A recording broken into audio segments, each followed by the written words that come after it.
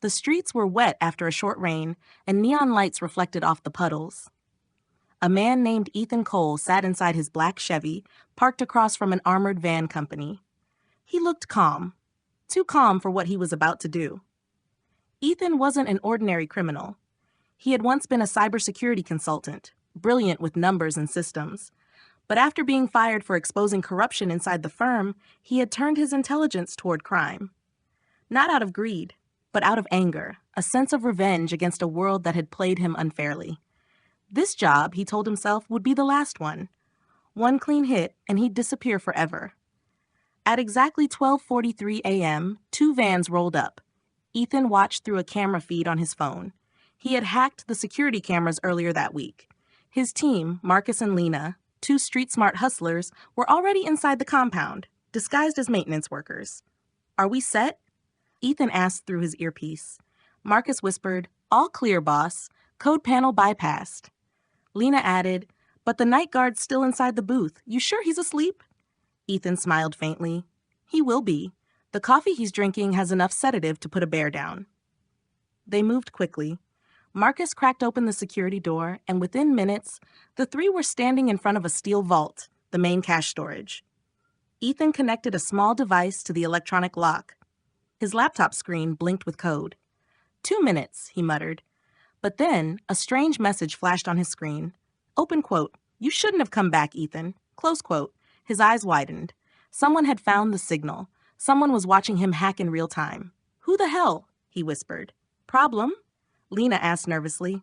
"No," he said, though his voice shook. "Stay focused." The vault clicked open. Inside lay rows of money bags, millions in clean cash. They started packing it fast. But before they could leave, red lights flashed across the walls. Silent alarm. Ethan's system had been overridden. Someone had turned it back on remotely. "Move, move," he shouted. Marcus grabbed 2 bags, Lena one. They ran through the side exit toward the alley where the Chevy waited. But as soon as they stepped out, a black SUV blocked their path. The driver's door opened. Out stepped Agent Daniel Ross from the FBI Cyber Division. The same man who had investigated Ethan years ago. "Evening, Cole," Ross said calmly, holding his badge. "Still chasing ghosts?" Ethan froze.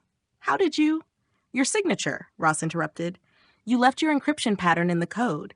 I knew you'd try again. You just couldn't help yourself." Lena panicked and fired a warning shot. Ross ducked, but within seconds, agents surrounded them from both sides.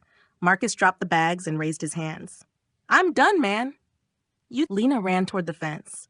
A bullet hit the ground near her feet. She froze too. Ethan looked around. Everything was over. Years of planning, gone in one night. Ross walked closer slowly. "You're smarter than this, Ethan. You could have rebuilt your life." Ethan laughed bitterly. "Rebuilt? I lost everything because of you." Ross didn't flinch. "No, you lost everything because you stopped believing in what was right." For a moment, silence hung in the air. Rain started falling again, washing the blood and mud from the pavement. Ethan lowered his gun. "If I surrender, what happens to them?" he asked, nodding toward his team. "They walk," Ross said. "You take the fall." Ethan looked at Marcus and Lena. Both were terrified. He sighed deeply, almost relieved. "Then this really is my last call." He tossed the gun to the ground, raised his hands, and let the agents move in. The next morning, news channels ran the headline, open quote, "Former cybersecurity expert arrested after $1 million heist attempt." Close quote. Reporters talked about Ethan Cole's fall from grace, from a man who once protected companies from hackers to becoming one himself. But behind bars, Ethan sat silently, staring at the small window in his cell. He wasn't angry anymore. For the first time in years, he felt something different. Peace. Later, a guard brought him an envelope. It was from Agent Ross. Inside was a photo, Ethan with his young daughter from years ago, before everything fell apart. On the back, Ross had written one line, open quote, "It's never too late to rebuild, the right way." Close quote. Ethan smiled faintly. A tear rolled down his face. He closed his eyes and whispered, open quote, "Maybe this was my way back." Close quote. The camera fades out as the sunlight shines through the small cell window, hitting the bars and creating lines of gold across Ethan's face. Moral message.